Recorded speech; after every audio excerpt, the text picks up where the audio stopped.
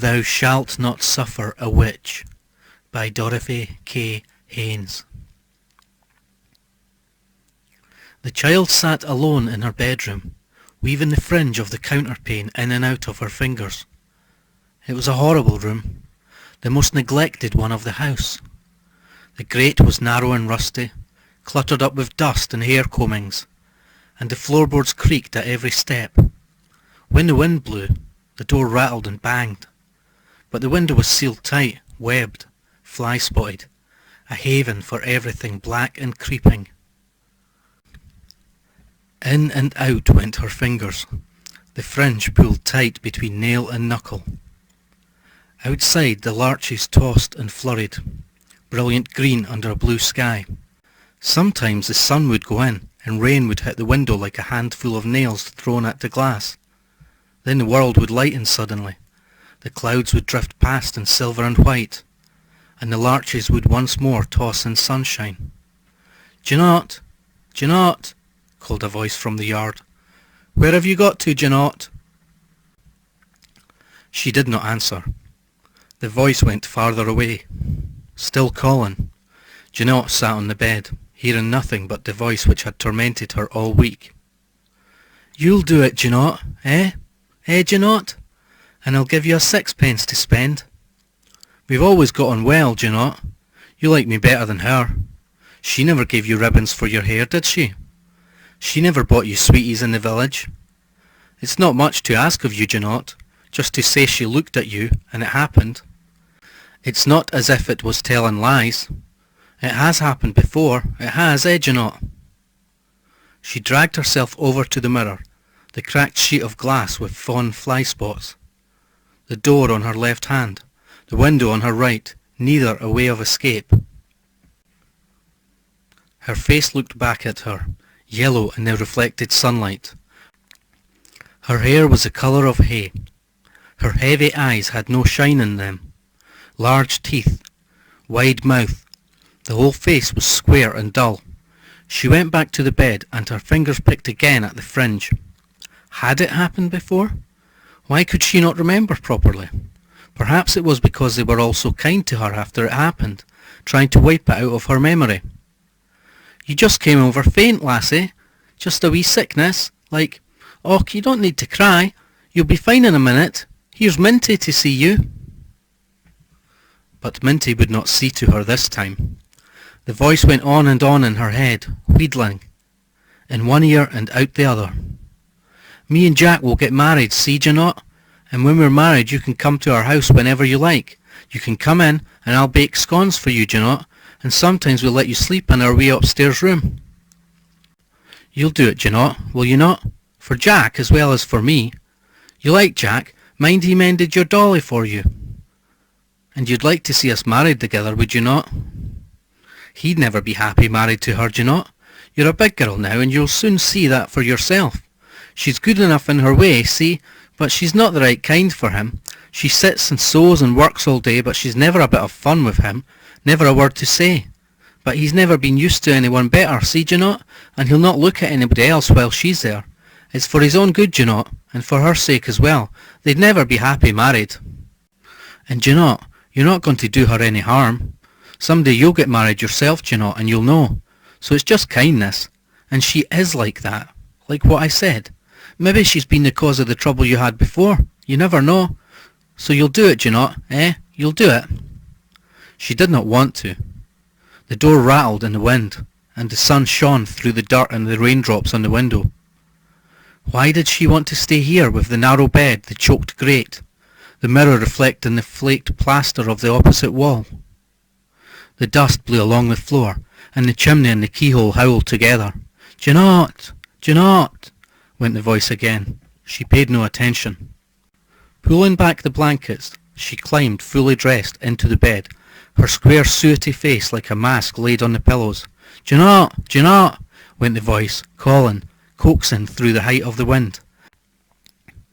She whimpered and curled herself under the bedclothes, hiding from the daylight and the question that dinned at her, even in the dark. "You'll do it, Jeanette, eh? Will you, eh, Jeanette?" Next day the weather had settled. A quiet spent sun shone on the farm. The tumble-down dikes and the shabby thatch. Everything was still as a painting, the smoke suspended blue in the air, the ducks so quiet on the pond that the larches doubled themselves in the water. Jeanette stood at the door of the byre, watching Jack Hislop at work. His brush went swish swish, swirling the muck along to the door. He was a handsome lad. No matter how dirty his work, he always looked clean. His boots were bright every morning, and his black hair glistened as he turned his head. He whistled as his broom spattered dung and dirty water, and Jeanette turned her face away. The strong hot smell from the byre made something grip her stomach with a strong relentless fist. Now Minty came out of the kitchen, across the yard with a basin of pig swill, with her arm raised, pouring out the slops. She looked at the byre door for a long minute. To the child, the world seemed to stop in space. The byreman's broom was poised in motion. His arms flexed for a forward push. His whistle went on the same note, high and shrill, and Minty was a statue of mute condemnation, with the dish spilling its contents in a halted stream. A moment later Jeanette found that Jack Hislop was holding her head on his knee. Minty had run up, her apron clutched in both hands. Beatrice, the dairymaid, was watching too, bending over her. There was a smell of the dairy on her clothes, a slight smell of sourness, of milk just on the turn, and her hair waved dark under her cap. "There now," she said. "All right, dearie, all right. What made you go off like that now?" The child's face sweated all over. Her lips shivered as the air blew cold on her skin. All she wanted now was to run away, but she could not get up to her feet. "What was it, Jeanette?" said the voice, going on and on, cruel, kind. Which was it? "Tell me, Jeanette, tell me." She could not answer. Her tongue seemed to swell and press back on her throat, so that she vomited. Afterwards, lying in bed, she remembered it all, the sense of relief when she had thrown up all she had eaten, and the empty languor of the sleep which followed. Beatrice had put her to bed, and petted her, and told her she was a good girl. It was easy done, eh, Jeanette? You'd have thought it was real. She gave a high, uneasy laugh. "Ah, you're a good wee thing, Jeanette. All the same, you fair fricted me at the beginning." She was glad to be left alone. After her sleep, strangely cold, she huddled her knees to her shoulders and tried to understand. Sometime, in a few months or a few years, it did not seem to matter, Minty and Jack Hislop were to be married. Minty was kind. Since Jeanette's mother had died, she had been nurse and foster mother, attending to clothes and food and evening prayers. She had no time to do more. Her scoldings were frequent, but never unjust. Jeanette had loved her till Beatrice came to the dairy, handsome, gay, and always ready with bribes. "You're a nice wee girl, Jeanette. Look, will you do something for Jack and me? Just a wee thing. You've done it before, I know you have. Sometime, when Minty's there." And so she had done it, for the sake of sixpence, and the desire to be rid of the persistent pleading. But where she had meant to pretend to fall in a fit at Minty's glance, just to pretend, she had really lost her senses, merely thinking about it. She was afraid now of what she had done. Was it true then, about Minty, that the way she looked at you was enough to bring down a curse? It could not be true. Minty was kind, and would make a good wife. Beatrice was the bad one, with her frightening whispers, and yet, it wasn't really badness, it was wisdom. She knew all the terrible things that children would not understand. Jeanette got up and put on her clothes. Down in the kitchen there was firelight and the steam of the evening meal. Her father was eating heartily. His broad shoulders stooped over his plate. "All right again, lassie?" he asked, snuggling her to him with one arm. She nodded, her face still a little peaked with weakness. At the other side of the room Minty was busy at the fireside, but she did not turn her head. Jeanette clung closer to her father. All the air seemed to be full with whispers. From nowhere at all, the news spread that Jeanette was bewitched. She knew it herself. She was fascinated by the romance of her own affliction, but she was frightened as well. Sometimes she would have days with large blanks which memory could not fill. Where had she been? What had she done? And the times when the world seemed to shrivel to the size of a pinhead, with people moving like grains of sand, tiny, but much, much clearer. The farther away they seemed. Who was behind it all? When had it started? In time, however, the trouble seemed to right itself. But now Jack Hislop courted Beatrice instead of Minty. Once, following them, Jeanette saw them kiss behind a hayrick. They embraced passionately, arms clutching, bodies pressed together. It had never been like that with Minty. No laughter, no sighs. Their kisses had been mere respectful tokens, the concession to their betrothal. Minty said nothing, but her sleek hair straggled. Her once serene eyes glared under their straight brows. She began to be abrupt with the child. "Out the road!" she would snap. "How is it a bairn's eye at your elbow?" Jeanette longed for the friendliness of the young dairymaid. But Beatrice wanted no third party to share her leisure, and Jeanette was more lonely than ever before. Why had she no friends? She had never had young company, never played games with someone of her own age. Her pastimes were lonely imaginings, the dark pretense of a brain burdened with a dull body. She made a desperate bid to recover her audience. Eyes shut, her breathing hoarse and ragged. She let herself fall to the ground and lay there until footsteps came running and kind hands worked to revive her. So now she was reinstated, her father once more mindful of her, and the household aware of her importance. A sick person in the house. The voices went on whispering around her. "Shh, it's wee Jeanette again." Fell away in a dead faint. Poor lassie, she'll need to be seen to. "Jeanette, Jeanette, wee Jeanette." But this time there was a difference. They waited till she waked, and then questioned her. Her father was there, blocking out the light from the window, and the doctor sat by the bedside, obviously displeased with his task. Who was to blame? Who was there when it happened? She knew what they wanted her to say. She knew herself what to tell them. "Who was it?" pressed her father. "This has been going on too long. Who was it?" said the doctor. "There's queer tales going around, you know, Jeanette." "You know who it was," said the voice in her mind. "You'll do it, Jeanette, eh?" I don't know," she sighed, her eyes drooping, her mouth hot and dry. "I only—" She put her hand to her head and sighed. She could almost believe she was really ill. She felt so tired and strange. After that the rumours started again. The voice came back to Jeanette, the urgent and convincing warning. "She is like that. Like what I said." For her own peace of mind she wanted to know, but there was no one she could ask. She could not trust her own judgment. It was months before she found out, and the days had lengthened to a queer tarnished summer, full of stale yellow heat. The larches had burned out long ago, and their branches drooped in dull fringes over the pond. The fields were tangled with buttercups and tall moon daisies, but the flowers dried and shriveled as soon as they blossomed. All the brooks were silent, and the nettles by the hedges had a curled, thirsty look. Jeanette kept away from the duck pond these days. With the water so low, the floating weeds and mud gave off a bad, stagnant smell. Over the flowers the bees hovered, coming and going endlessly to and from the hives.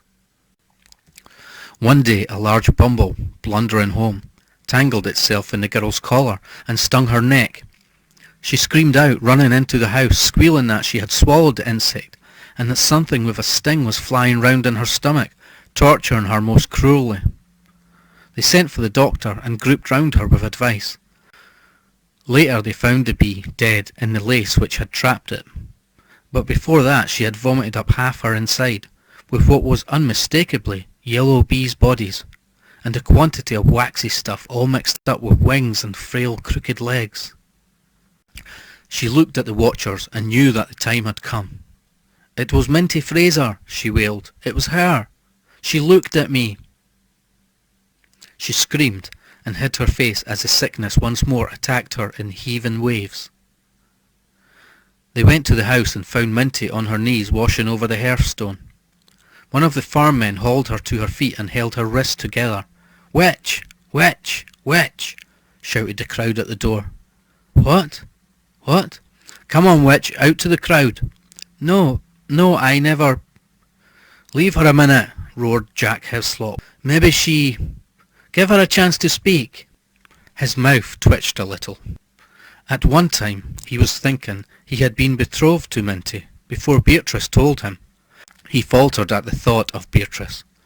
"Well, don't be rough till you're sure," he finished, lamely, turning away and leaving the business to the others. Those who sympathised with witches, he remembered, were apt to share their fate. The women were not so blate. "Witch! Witch!" they shrilled. "Burn the witch! Our bairns are no safe when folks like her is let to live." She was on the doorstep now, her cap torn off, her eye bleeding, her dress ripped away at the shoulder. Janot's father, pushing through the mob, raised his hand for the sake of order. "Look, men, listen here. This is my house. There'll be no violence done on the threshold." "Hang her! Burn her! A rope! There! No hanging till you make sure. Swim her first, if the devil floats. Janot! Here's Janot!" The girl came through a lane in the throng, Beatrice holding her hand, clasping her round the waist. She did not want to see Minty, but her legs forced her on. Then she looked up. A witch. She saw the blood on the face, the torn clothes, the look of horror and terrible hurt. That was Minty, who cooked her meals and looked after her and did the work of a mother. She opened her mouth and screamed, till the foam dripped over her chin. Her father's face was as white as her own spittle. "Take the beast away," he said, "and if she floats, for God's sake get rid of her as quick as you can." It was horrible. They all loped at her, clutching and tearing and howling as they plucked at her and trussed her for ducking. She was down on the ground, her clothes flung indecently over her head, her legs kicking as she tried to escape. "It wasna me," she skirled. "It wasna me. I'm no a witch. Ah!" The long scream cut the air like a blade. Someone had wrenched her leg and snapped the bone at the ankle, but her body still went flailing about in the dust, like a kitten held under a blanket. They had her trussed now, wrists crossed, legs crossed, her body arched between them. She was dragged to the pond, blood from her cuts and grazes smearing the clothes of those who handled her. Her hair hung over her face and her broken foot scraped the ground. "No! No!" she screamed. "Ah, God!" And once, "Janot, tell them it wasna me." A blow over the mouth silenced her, and she spat a tooth out with a mouthful of blood. She shrieked as they swung and hurtled her through the air. There was a heavy splash, and drops of green slimy water spattered the watching faces. If Minty was a witch, she would float, and then they would haul her out and hang her, or burn her away limb by limb. She sank. The pond was shallow, but below the surface, green weed and clinging mud drew her down in a deadly clutch. The crowd on the bank watched her, fascinated. It was only when her yammering mouth was filled and silenced that they realised what had happened, and took slow steps to help her. By that time, it was too late. What must it be like to be a witch? The idea seeped into her mind like ink, and all her thoughts were tinged with the black poison. She knew the dreadful aftermath. Long after, her mind would be haunted by the sight she had seen. In her own nostrils she felt the choke and snuffle of the pond slime. But what must it feel like, the knowledge of strange power, the difference from other people, the danger? Her imagination played with the thrill and pain of it, right down to the last agony. She asked Beatrice about it. Beatrice was married now, with a baby coming, and Janot sat with her in the waning afternoons talking with her woman to woman. "I didn't like to see them set on her like yon. She never done me any harm. If it hadn't been for me—" "Are you sure, Janot? Are you sure? Mind the bees, Janot, and yon time at the barn door. What about them?" I don't know." "Well, I'm telling you, she was a witch, that one, if anybody was." "Well, maybe she couldn't help it." "No, they can't help the power. It just comes on them. Sometimes they don't want it, but it comes just the same. It's hard, but you know what the Bible says, 'Thou shalt not suffer a witch.'" She had a vision of Minty, quiet, busy, struggling with a force she did not want to house in her body. Beside this, her own fits and vomitings seemed small things. She could forgive knowing that. How do they first know they're witches?" she asked. Mercy, I don't know. What questions you ask, d'ye not? How would I know, eh? I dare say they find out soon enough. So that was it, they knew themselves. Her mind dabbled and meddled uncomfortably with signs and hints. She wanted to curse Beatrice for putting the idea into her head. She would not believe it, but once there, the thought would not be removed. What if she was a witch? I'm not, she said to herself. I'm too young, she said, but there was no conviction in it. Long before she had been bewitched, she had known there was something different about her. Now it all fell into place. No wonder the village children would not call and play with her. No wonder her father was just rather than affectionate, shielding her only because she was his daughter. And no wonder Beatrice was so eager to keep in with her, with the incessant, d'ye not, always on her lips. Well then, she was a witch. As well to know it sooner as later, to accept the bothers with the benefits, the troubles and trances with the newfound sense of power. She had never wanted to kill or curse, never in her most unhappy moments, but now, given the means, would it not be as well to try? Did her power strengthen by being kept, or did it spring up fresh from some infernal reservoir? She did not know. She was a very new witch, uncertain of what was demanded of her.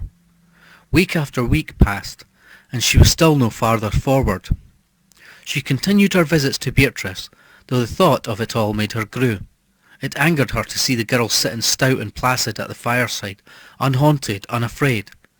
You'll come and see the baby when it's born, d'ye not? She would say. Do you like babies? Do you? Nothing mattered to her now, it seemed, but the baby. In the dark winter nights, Janot made a resolve to kill her.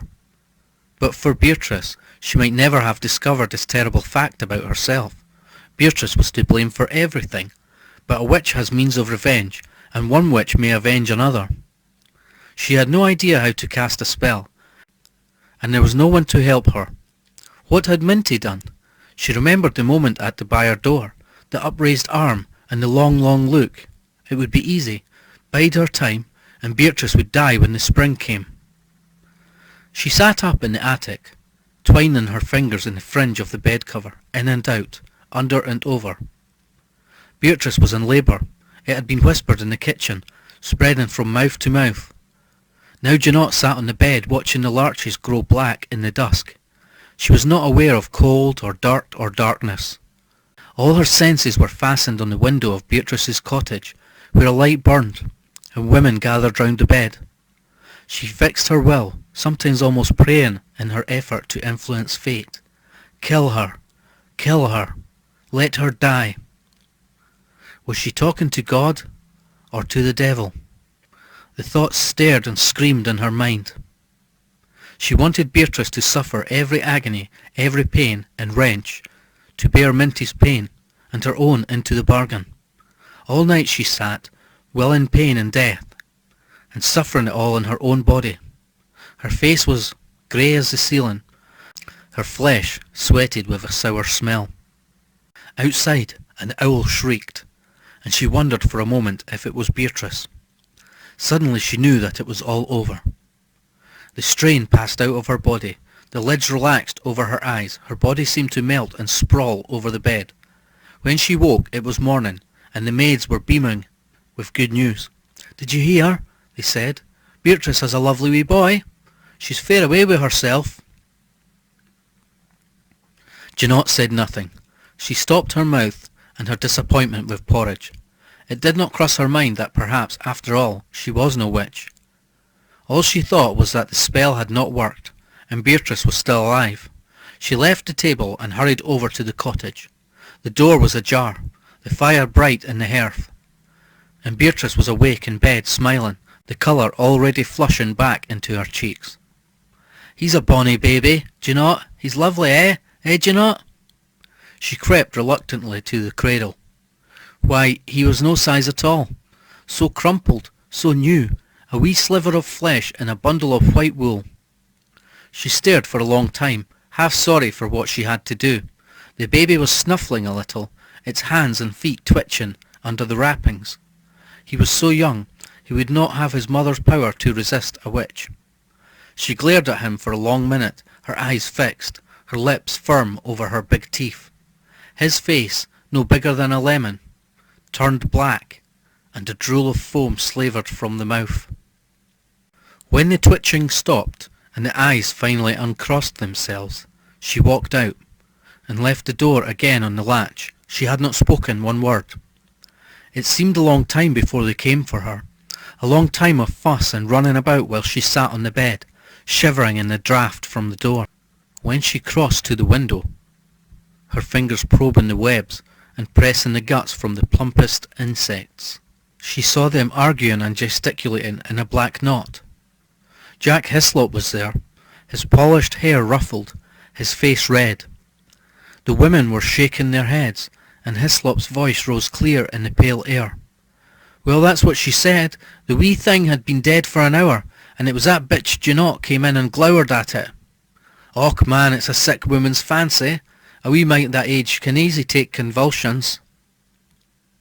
It wasn't convulsions. My wife said Janot was in and out with a face like thunder. She was asking about witches too. You can ask Beatrice if you like. Well, she was in yon business of Minty Fraser. You cannae blame her, a young lassie like that. Mind. We sympathise about the bairn, Jackie, but... They went on placating him, mindful of the fact that Janot was the farmer's daughter. It would not do to accuse her. But one of the women went into the cottage and came out wiping her eyes. My, it would make anybody greet. The wee lamb's lying there, like a flower, that quiet. It's been a fair shock to the mother, poor soul. She gae forth through... They muttered then and drifted towards the house. Janot left the window and sat again on the bed. She was not afraid, only resigned and horribly tired of it all. When they burst into her room, clumping over the bare boards, her father was with them. They allowed him to ask the questions. Was he angry with them or with her? She could not guess. Janot, he said sternly, what's this? What's all this? She stared at him. What's all this? Do you know what they're saying about you? They say you killed Beatrice Hislop's bairn. Is that true, Janot? She did not answer. Her father held up his hand as the men began to growl. Come now, Janot, enough of this skulking. It's for your own good to answer and clear yourself. Mind of what happened to Minty Fraser. Did you do anything to the baby? I never touched it. I just looked at it. Just looked. Yes. A rough cry burst from Jack Hislop. Is that not what Minty Fraser said? Was that not enough from her? Hislop, hold your tongue or you lose your job. Well, by God, I lose it then. There's been more trouble on this bloody farm. Aye, leave this to us. We'll question the wench. If she's no witch, she's nothing to fear. The women had come in now, crowding up in angry curiosity. The farmer was pushed back against the wall. One word, and you'll swim along with her, he was warned, and he knew them well enough to believe them. They gathered round Janot, barking questions at her, and snatching at the answers. Every time she paused to fidget with the fringe, they lammed her across the knuckles till her hands were swollen and blue. Tell the truth now, are you a witch? No, I'm not. Why did you kill the baby this morning? I never. I can't kill folk. You hear that? She can't kill folk. Have you ever tried? She cowered back from them, the faces leering at her like ugly pictures. She would tell the truth, as her father said, and be done with all this dreamlike horror. Leave me alone, she said. Leave me, and I'll tell. Hurry then, out with it. Have you ever tried to kill anybody? Yes, I tried, and I couldn't. It was her. She started telling me I was bewitched. Who? Beatrice, Mistress Hislop. My God, said Jack and her father, starting forward together. Hold on there, let her speak. She said I was bewitched, and I thought I was. I don't know if it was right. It was all queer, and I didn't know. And then, when she said about witches, she put it in my head. And it came over me I might be one. I had to find out. There you are, she's admitting it. No, she began to shout as they laid hold of her, screaming in fright and temper till her throat bled. No, leave me alone. I tried and I couldn't do it. I couldn't, I tell you. She wouldn't die. She'd have died if I'd been a witch, wouldn't she? She's a witch herself. I don't care, Jack Hislop, she is. It was her fault, Minty Fraser. Oh God, no, no. She could not resist the rope round her, the crossing of her limbs, the tight pull of cord on wrists and ankles. When she knew it was hopeless, she dared not resist remembering Minty's broken leg, her cuts and blood and bruises, the tooth spinning out in red spittle. She was not afraid of death, but she was mortally afraid of pain. Now, if she went quietly, there would only be the drag to the pond, the muckle splash, and the slow silt and suffocation in slime. She had no voice left to cry out when they threw her. Her throat filled with water, her nose filled, and her ears. She was tied too tightly to struggle. Down, down she went, till her head sang, and her brain nearly burst. But the pond was full with the spring rains, and her body was full-fleshed and buoyant. Suddenly the cries of the crowd burst upon her again, and she realized that she was floating. Someone jabbed at her, and pushed her under again with a long pole. But she bobbed up again a foot away, her mouth gulping, her eyes bulging under her dripping hair. The mob on the bank howled louder. See, see, she's floating. Witch, burn her, fish her out and hang her.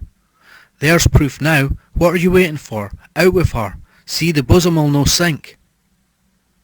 So now they fished her out, untied her, and bound her again in a different fashion, hands by her side, feet together. She was too done to protest, or to wonder what they would do.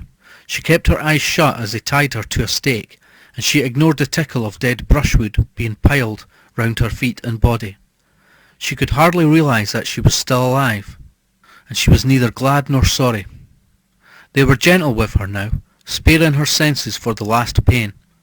At first, she hardly bothered when the smoke nipped her eyes and her nostrils. She hardly heard the first snap of the thin twigs. It was only when the flames lapped at her feet and legs that she raised her head and tried to break free. As the wood became red hot, and the flames mounted to bite her body, she screamed and writhed and bit her tongue to mincemeat. When they could not see her body through the fire, the screams still went on. The crowd drifted away when she lost consciousness. There was no more fun to be had. Or perhaps it wasn't such fun after all. The men went back to the fields, but they could not settle to work. Janot's father was gnawing at his knuckles in the attic, and they did not know what would happen when he came down. Beatrice tossed in a muttering, feverish sleep, and beside the pond, a few veins and bones still sizzled and popped in the embers.